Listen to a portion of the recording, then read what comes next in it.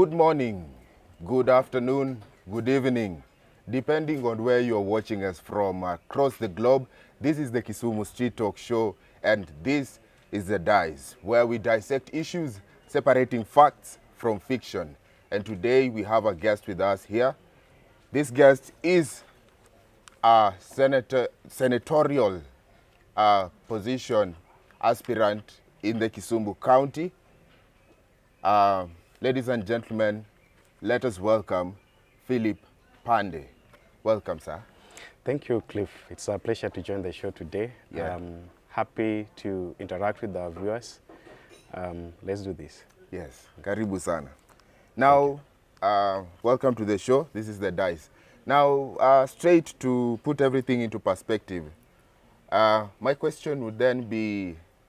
question would be, why is it that you are vying for the Senate position and not any other post? Okay. So maybe briefly for the sake of the viewers, and especially people that may not be acquainted with our background, is that Kisumu County, just like many other parts of Kenya today, has experienced a lot of exclusion and what we'd call structural marginalization of young people, and not just young people, but also persons living with disability and partly women, which has been a long time issue. And of course, we have affirmative action in place for women and gender.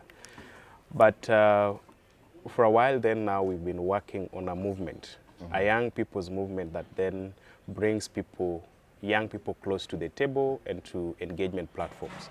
So in 2018, we founded the Kisumu Youth Caucus, which is a county-wide network of young people and young youth-led organizations that basically came up with a vision of amplifying youth voices, not duplication of effort, but basically bringing to fore what is happening in the grassroots in our wards. And then the caucus then is a platform to communicate this and to share this with the world and other actors.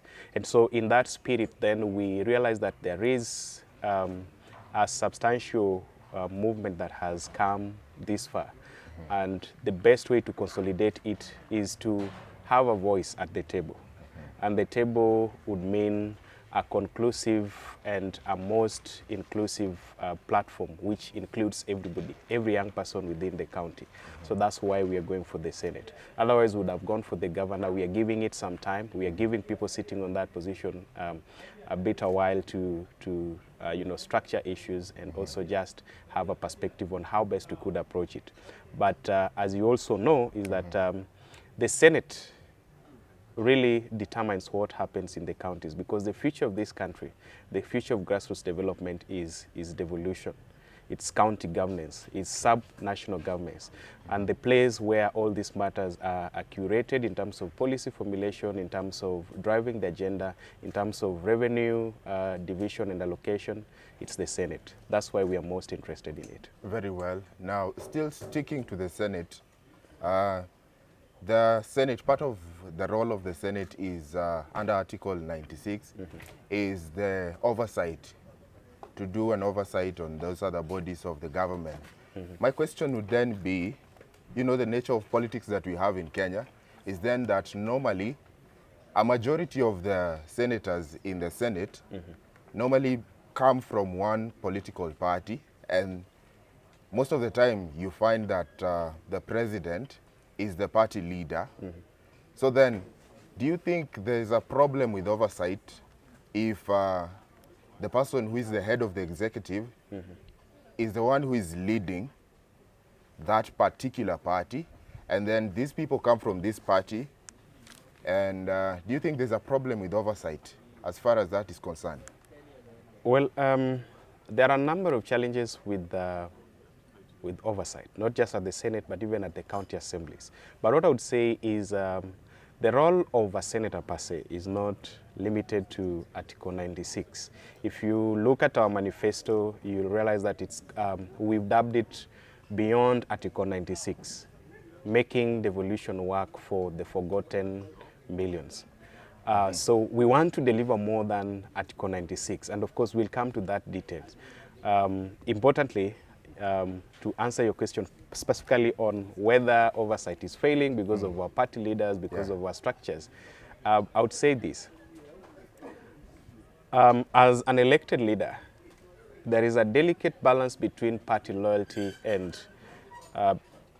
service to wananchi and service delivery to the people. And so, as a leader, you want to ask yourself who you work for. Who do you work for? Do you work for the masses or do you work for the masters? And by the masters here, I mean probably people that own the party or are party leaders and for that matter, people that you respect and respond to. I agree that when somebody is elected on a particular party, they must work within the confines of the principles of the particular party that, the vehicle that sponsored them into Senate, for example. Definitely. But then the loyalty is to the people. Why you go to an elected seat or why you're elected, for example, is that you represent the rights of wananchi, that you ensure that resources come to wananchi. And so when you realize that there is a difficulty in doing your oversight role, especially where you are de-whipped by the party for standing against a party position, then there is need to build consensus. And the way to build consensus is our parties have mechanisms to address issues. Conflict of interest, for example, legislation on thorny issues or very delicate issues. And so in our boardrooms, then, there are mechanisms to deal with that. And it's possible that sometimes you may deviate from what really your party stands for. But if this is done for the benefit of wananchi, I think by and large, the party should be able to respect that position. In terms of the presidency or controlling really what oversight is, I think that's not really the situation. An elected leader, a legislator, a representative of the people chooses where he wants to stand. You have an opportunity to negotiate with your president, give them your perspective. You have an opportunity to negotiate with your party leadership, to give them your perspective. And of course, lay bare the issues that as they are and with a perspective to giving people prominence as far as party issues are concerned. Fair enough, fair enough. Fair enough, Philip. Now, let's talk about still in the Senate. You have opined severally, and there was even a publication on the Daily Nation about your beef with Section 35 of the County Governments Act. What particularly do you desire to achieve by amending that section of the Act? Okay. Very well. Cliff, Section 35 of the County Governments Act talks about appointment to the County Executive Committee. The people that we call county ministers or CECMs. Basically, how do we get them into those positions? And that's what Article 35 talks about of the County Governments Act. Now, Section 35. If you look at 1B, it says that governors shall, in nomination of county executive committee members, take into account the principle of affirmative action. Right. And, women, youth, persons with disability, minority communities, and so forth. Then it goes into two dissect this. And 2A talks about minority communities, talks about the gender, two-third gender rule. Yeah. And then 2B talks about minority populations, special interest groups, and so forth. So what county governors have done, especially I'll give you an example of the Luo Nyanza counties. In this part of the country, it is only here that we do not have a minister or a county executive committee member below the age of 35. If you go to Kisii, you'll find our friend Duke, who was appointed at the age of 26. So what has happened is that the governors are using 2A, which talks about gender, to nominate 3 women into the committee.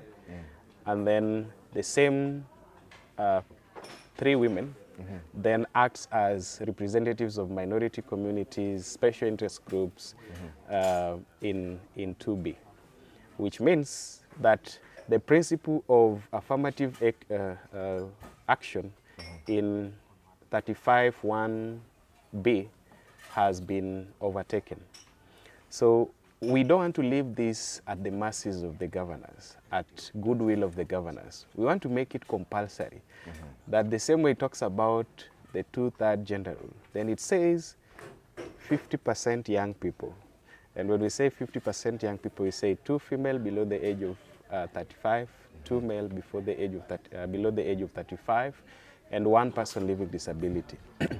The rationale behind this is counties are breeding grounds and incubation spaces for national leaders.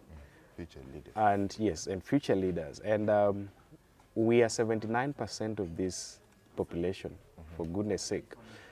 If we demand for 50% by law, not by goodwill, then that is really what belongs to us. And it's something that could be done. It's been done elsewhere. We've seen counties that are exclusively young people led, like Nandi County. Speaker, governor, Senate, both, I mean, all young people below the age of 35. Yeah. Now, when you do amend Section 35 to ensure that we have young people in the positions of county executive committee members, then what you're doing directly is influencing more opportunities in terms of job opportunities, in terms of procurement and government supplies to young people. Yeah. Because how it works in Kenya today is, you know, Cliff, you are my peer. It would be very easy to have this conversation with you in my office or with me in your office, and, you know, a transaction occurs. Yeah. Much as we have AGPO and so forth, the way to really enforce AGPO is to ensure that young people at decision-making platforms and are making decisions at the county executive committee member. And I'll tie that to what the Right Honorable Prime Minister Raila Odinga talks about. He promised recently that he's going to appoint 4 cabinet members from the youth. Then if we have 4 out of 20 at the national government, then it's only apparent that counties then respect this and duplicate this at the county level, so that inclusion is by law and by practice, not by goodwill and you know, based on the needs of the governor. Fair enough. Now, still on the question of politicians and the electorate, there's the issue of whenever people go to a general election or just any election generally, Kenyans are fond of voting in leaders who don't conform to the standards which are provided for under Article 10, the leadership and governance. Yeah. Now, the national values and principles of governance. What do you think could be the problem? Who should be blamed? Do you think it's the electorate, or this is just a mistake of democracy? There is no mistake in democracy. Democracy gives society an opportunity to reflect. To reflect in the sense that you have a free will to elect leaders of whatever, you know, stature, whatever integrity, whatever character into office. And of course, as soon as they get into office, you get the results that match the character and the demeanor of the particular person that you've elected into office. Now, we've seen in this country the likes of you know, governors that have been impeached most recently under this very regime, 2 of them. And, you know, as we say, end justifies the means. If you rise into power by bravado, by taking advantage of poverty of the people, and by voter bribery, somebody is going to kick you out of office in the same manner. So I think the kind of leaders that we've had through the democracy principles gives us a reflection of society, what society is really in need of. At some point, I may say that people elect leaders out of protest to take out particular leaders that they may not really think are addressing their interest. But they also soon realize that when these people get into office. It is not charade, it's not the bravado that you see outside there in campaign trail that is reflected in service delivery. Service delivery requires some level of sobriety. It requires some level of strategic thinking. It requires some level of composure. And so if you are bringing somebody that is you know, a drama king or a drama queen from the public into public office, then you get an equivalent of that in terms of service delivery. So I want to appeal again, using this opportunity, to our people, that let us deeply reflect on whether, you know, the cash distribution or the handouts that we receive today could really solve our deeply rooted grassroots challenges, or the strategies and the vision that other leaders may have will have the possibility of, you know, uprooting these challenges from our communities. That is the balance. It is the balance between today and now, and is the balance between future-looking solutions and leadership. Fair enough, Philip. Now, let's talk about revenue allocation, which has been a subject of heated debates recently.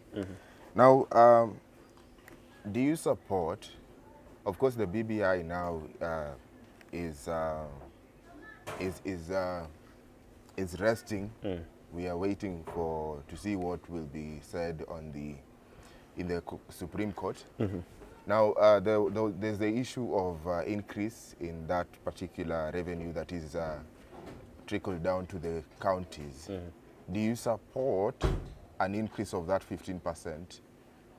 And do you think that if it is increased, then we would see the fruits of it? Because a lot of times there's a problem with accountability with this particular money. Thanks, Cliff. There has been an issue on whether our governors are really using our monies prudently and serving the interest of our people or not. But you live in this country. Devolution has worked.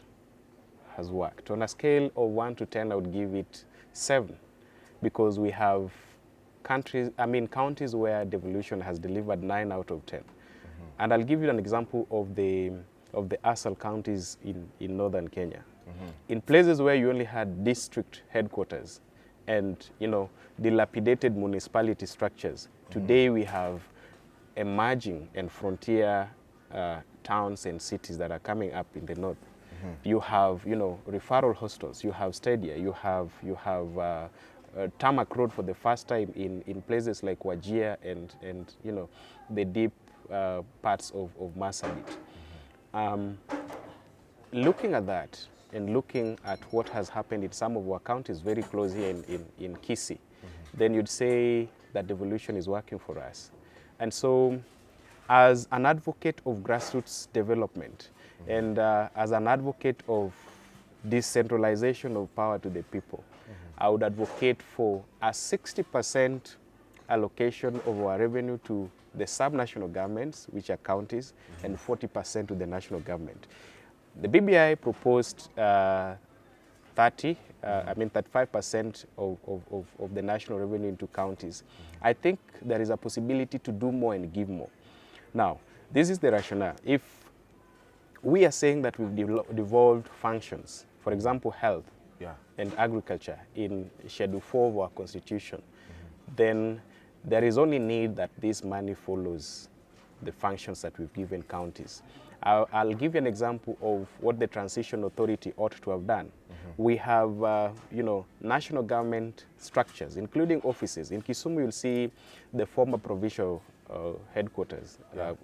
Today, we call it Prosperity House. That is entirely a property of the national government. Now, the occupancy of this facility is at 60%. And 60% is shared 30-30 by county and national government. But there is a constant struggle on who is the owner of the facility, who pays the electricity bill, who is the tenant and who is the landlord. I believe that the need is for Kisumu County, for example, to own that facility. Because otherwise, if you look at the percentage of of county government staff that are needing office space and facility to operate from, it is far much higher than just the drop of the national government representatives we have here. So in terms of devolving resources, it's not just revenue as an absolute factor. It's also about what has been suggested in the Transition Authority Act that we had, and of course the full implementation of the report that we had done by the authority. So I would say that more resources needs to come to counties, and more opportunities must be created at the county level. The other argument is Kenya is grappling with unemployment. The World Bank estimates that we need to create about 900,000 jobs every year at the national level to help solve the youth unemployment crisis. Now, the national government is not going to create 900,000 jobs, but each county could create 10 to 20,000 jobs a year. How you do this is by improving allocation of county funds to ensure that every county has probably a fund of some percentage, and I propose 30% of the entire funding to go into enterprise and innovation support. Then a young person from college, out of school youth can innovate, can start an enterprise and create their own jobs. As they create their own jobs, then they're also able to create employment for 2-3 other people per SME that is built. That is the rationale and why we need to give more prominence to counties and more resources to counties as opposed to the national government. Fair enough, Philip. Now, let's diverge a bit. Let's talk about electoral preparedness of the IEBC. Now, recently, the IEBC exited the National Multi-Sectoral Consultative Forum on election preparedness, and they were claiming that there were terms that were usurping the roles of the IEBC, that does creating some conflict within the Independent Electoral Commission, trying to get into their roles, which would then make them compromise the results of the election of 2022. Do you think that that move by the IBC chair was justified, or is it political razzmatazz? I think it is somewhat justified. But I would begin by saying that our constitution and our institutions have a clear framework of collaboration, including other stakeholders and participants in delivering service and serving Kenyans. And so creating the multi-sectoral stakeholders forum to prepare for the elections is a welcome move. But it has to be a process that is led by the mother institution that is in charge of elections in this country. Take this, for example. In the judiciary, we have the Judicial Service Commission with the Chief Justice as the chair. If there is need for the JSC to consult with other stakeholders, the Chief Justice will still chair that kind of a forum or framework. Now, you don't create a committee or a commission on elections and make the IBC a participant without controlling the process. The mandate to organize and conduct elections in this country is an IBC role. Whether you like the chair of the commission or whether you don't like the entire commission as it is. So I think the responsibility must be left within IBC, but stakeholders can come in and support the process. And I believe one of the things that could, and I'm just preempting, could have led to Chebukati and his team staying away from this is the fact that the Chief Justice was going to chair a particular session or probably the entire process. And so you don't invite guests into their house and then, your house, and then they take over. The process and the leadership must be with IBC, but stakeholders have an opportunity to participate.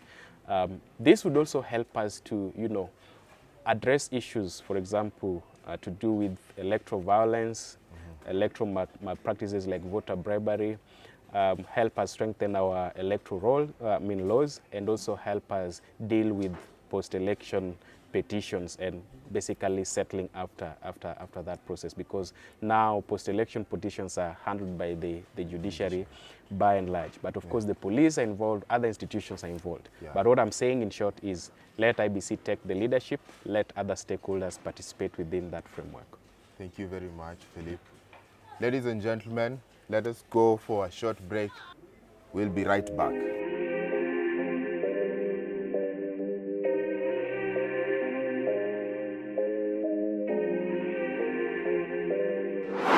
Welcome back to the Dice. This is the Kisumu Street Talk Show, and this is the Dice KSTS. This is where we dissect issues, separating facts from fiction, and today we are here with the Senatorial Aspirant for Kisumu County, Mr. Philip Pande, dissecting these issues of the youth, governance, and politics at large. So we were having a very nice conversation here. Welcome back, sir. Thank you. Now, let's talk about, let's take the stock for devolution. Do you think that devolution has really succeeded now that the Constitution is around 11 years since its promulgation on the 27th of August, 2010? If you take a stock of the devolution, are we really succeeding with this? Cliff, no doubt devolution is helping our people, and I'm proud to say that not just our people at the cities, but the grassroots. You go to some of these villages, and for the first time, they have access roads. You go to the northern Kenya, for the first time, they have, their own tarmac roads built from, infrastructure. Yes, built from the exchequer, the county exchequer, whether on-source revenue or equitable share from the national government. You go to Kisii, they have a referral hostel for the first time. Kakamega has built a massive hostel, referral hostel level 6.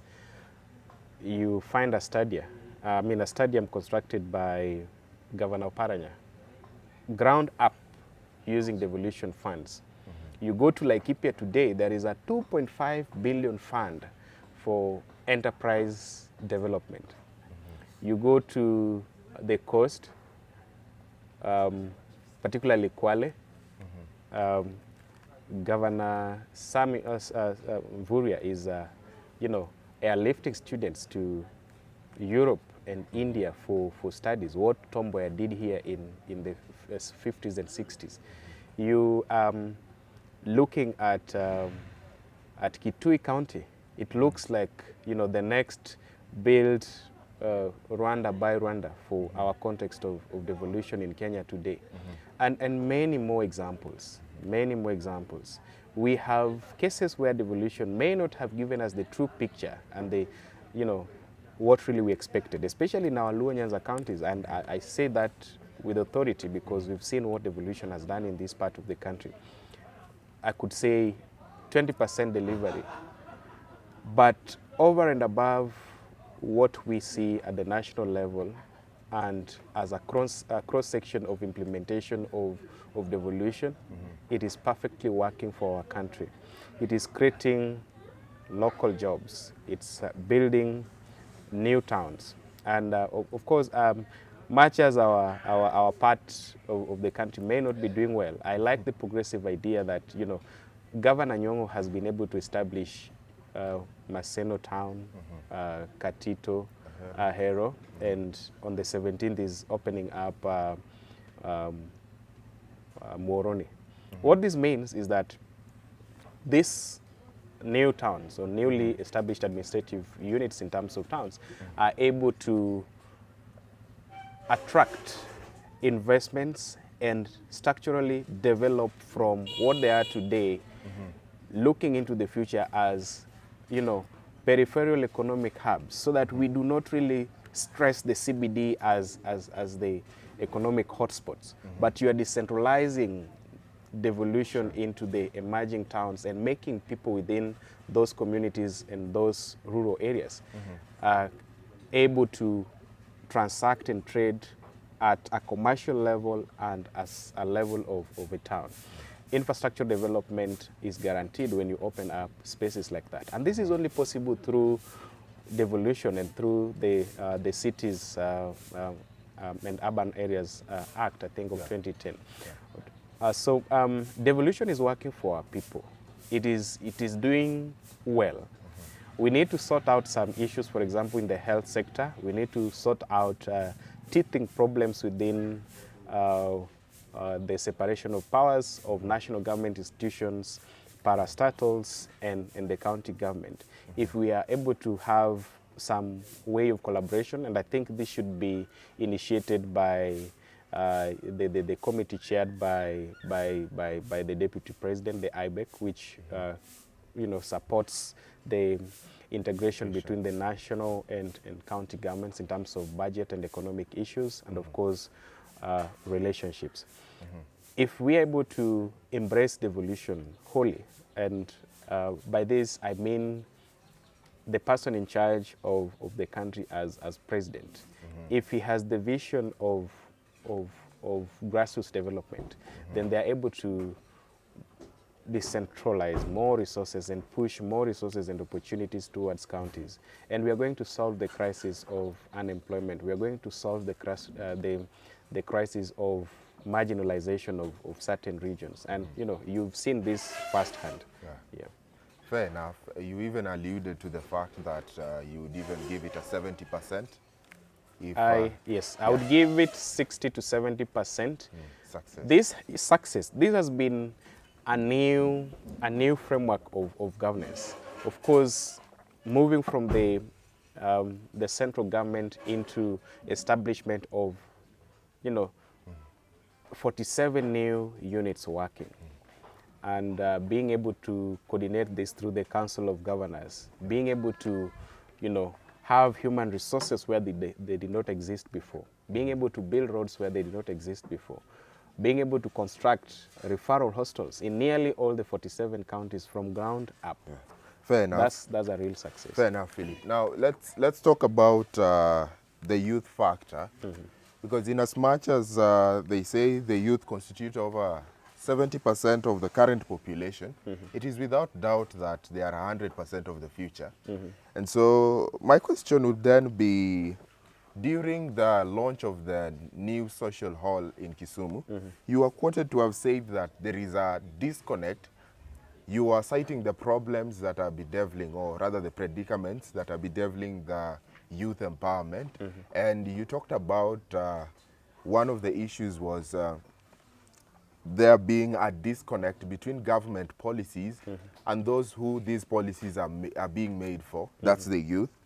And then akin to that, you talked about the pragmatic nature of these particular policies, or their practicability.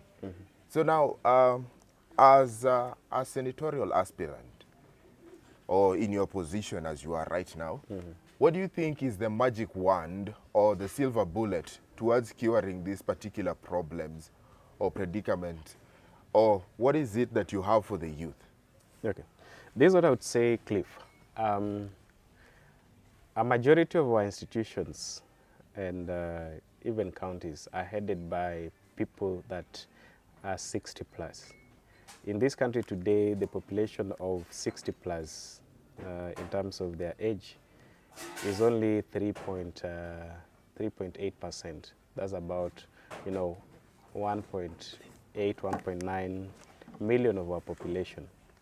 Yeah?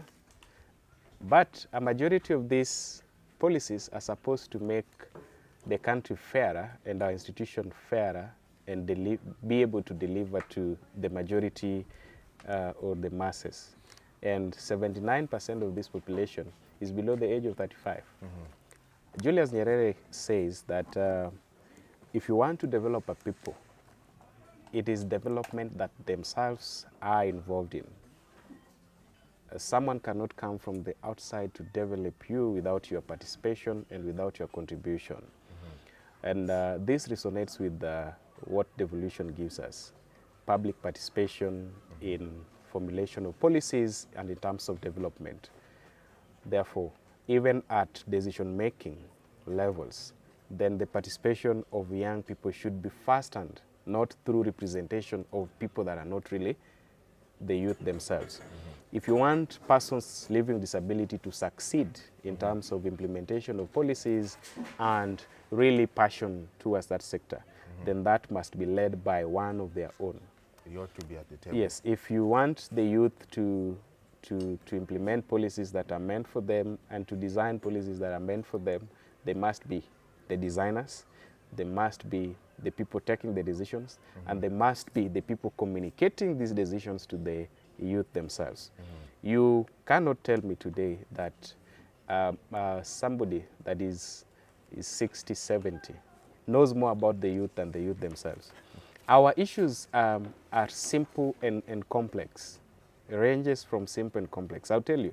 For example, while somebody thinks that building a university in this town solves the crisis of skills and helps to alleviate the issue of unemployment, they could really be wrong, because somebody that is talented in art and music is only looking for a recording studio and probably a promoter to be able to earn a living.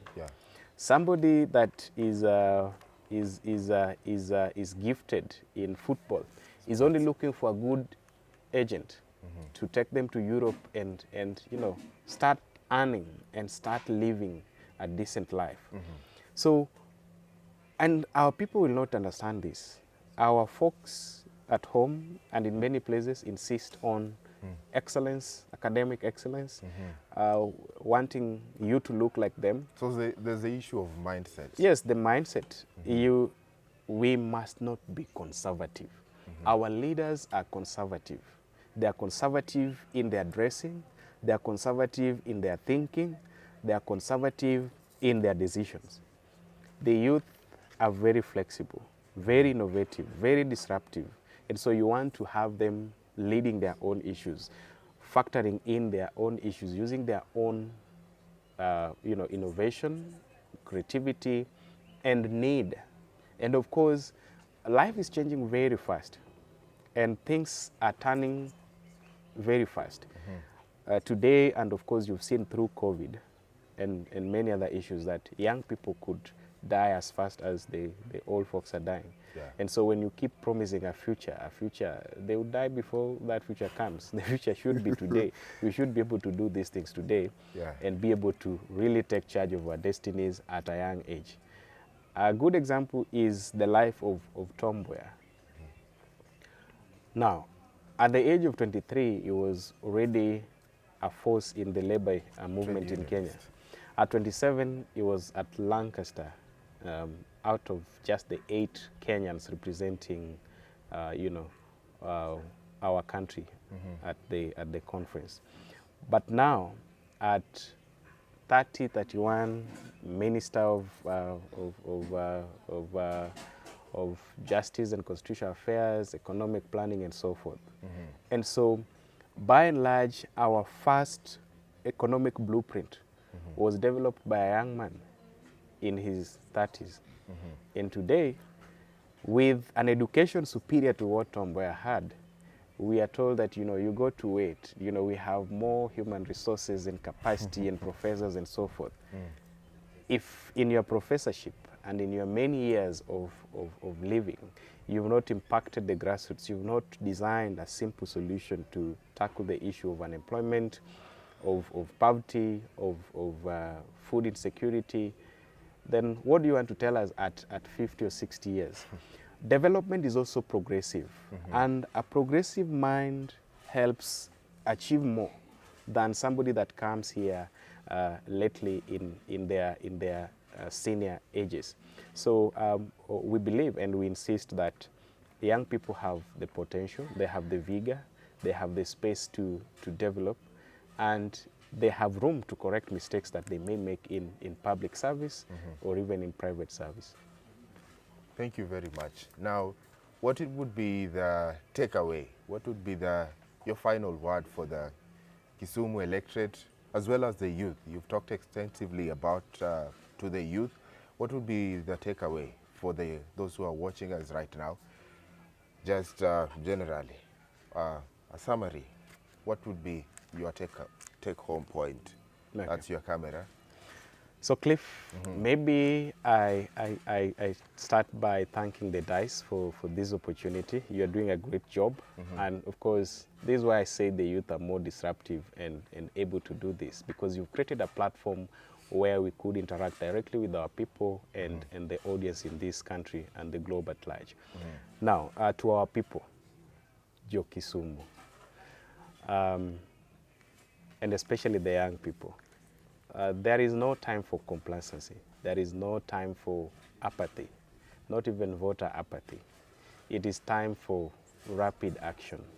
It is time to trust our young people. It is time to take the mantle. We cannot be left behind. The movement as it is today is young people taking shape and taking leadership. And this is what I'll tell you. When Obama stood to run for Senate for the first time in the US, he looked like a young, a madman. A madman in the sense that he was young, he was black, he was poor, or basically coming from a humble background or setting. When we dream and have a valid conviction that we have seen what it takes, we have the capacity and the zeal to do something for our people, the only thing that we are looking for is for our people to give us the benefit of doubt, to trust us, just like the Americans trusted a black African, a young American, and we've seen what he's done. He's disrupted and written history in the US. It is possible that looking at the life of Tom Mboya, looking at the life of Sakajas of today, that young people indeed have an opportunity to create that which has not been created by our usual suspects and people that we venerate for the money that they have, people that we venerate for the big names that they have, but with nothing to show in terms of grassroots connections, grassroots development, and bare interpretation of the public need. There you have it, ladies and gentlemen. This has been a didactic conversation with the Senatorial Aspirant for Kisumu County, Philip Pande, just breaking down everything else here. Hashtag, he says it's hashtag youth for youth, hashtag the future is now. And we're also saying hashtag this is KSTS and hashtag the Dice KSTS. Until next time, see you, ladies and gentlemen. We have been filming here at the homestay in Milimani, having a great time. I welcome all of you viewers to come and have a great time here. Thank you very much. See you in the next episode.